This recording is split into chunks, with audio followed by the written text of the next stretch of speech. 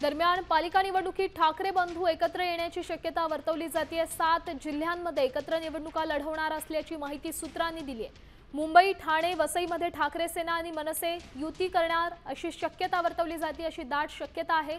नाशिक, पुणे, पिंपरी चिंचवडमध्ये देखील युती झाल्याची माहिती सूत्रांकडून समजते। तर 7 जिल्ह्यांमध्ये राज ठाकरे, उद्धव ठाकरे एकत्र लढणार असल्याची माहिती सूत्रांकडून सध्या समोर येते।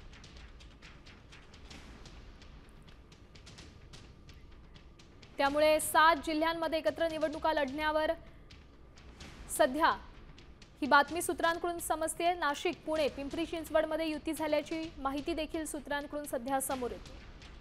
गेल्या अनेक दिवसांपासून मनसे आणि ठाकरे सेनेच्या युती संदर्भात चर्चांना उधाण आलं होतं। राजकीय वर्तुळात या संदर्भात प्रतिक्रिया देखील उमटत होत्या। या संदर्भात अधिकची माहिती देत आहेत आपले प्रतिनिधी गिरीश कांबळे। गिरीश, काय सांगाल? सध्या 7 जिल्ह्यांमध्ये एकत्र हे दोघेही बंधू लढणार असल्याचं समजतंय। मुंबईसह अनेक ज्या महानगरपालिका आहेत त्यामध्ये एकत्रित लढण्याचा निर्धार हा मनसे आणि ठाकरे गटाचा आहे।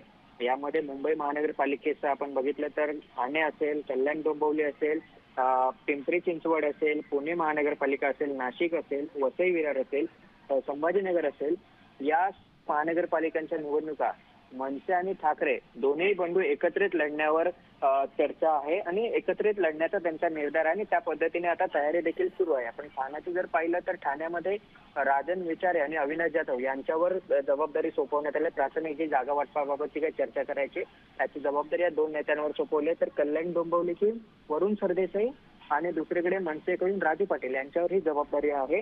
याशिवाय नाशिकमध्ये त्याच्या नेत्यांवर जबाबदारी सोपवली जाईल।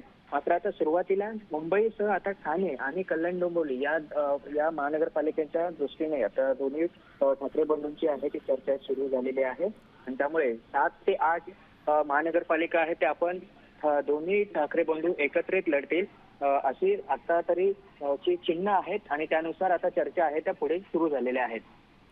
आपण पाहू शकतोय गिरीश, अजूनही अधिकृतरित्या या दोन्ही पक्षांनी युती केल्याचं सांगितलेलं नाहीये, तरी देखील 7 जिल्ह्यांची बातमी सध्या आपण पाहतोय। किती यश आणि कोणत्या मुद्द्यांवर यश मिळण्याची शक्यता आहे? आपण जर आता पाहिलं तर सध्या तरी उद्धव ठाकरे त्यांच्या पक्षाकडे सध्याचं संख्याबळ मुंबई सोडता इतर ठिकाणी तेवढीशी ताकद राहिलेली नाहीये। त्यामुळे दोघांचे आता सध्याचं त्यांचं गणित आहे की एकत्रच लढून आपण या निवडणुकांना सामोरं गेलं पाहिजे आणि त्या दृष्टीने सध्या ठाणे असेल, ठाण्याला आपण पाहिलं तर एकनाथ शिंदे आणि सर्व जे नगरसेवक आहेत ते एकनाथ शिंदे। गिरीश, धन्यवाद दिलेल्या या सविस्तर बातमीसाठी।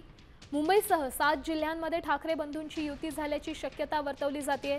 मुंबई, ठाणे, वसईमध्ये ठाकरे सेना आणि मनसे युती झाल्याची बातमी सूत्रांकडून समजते।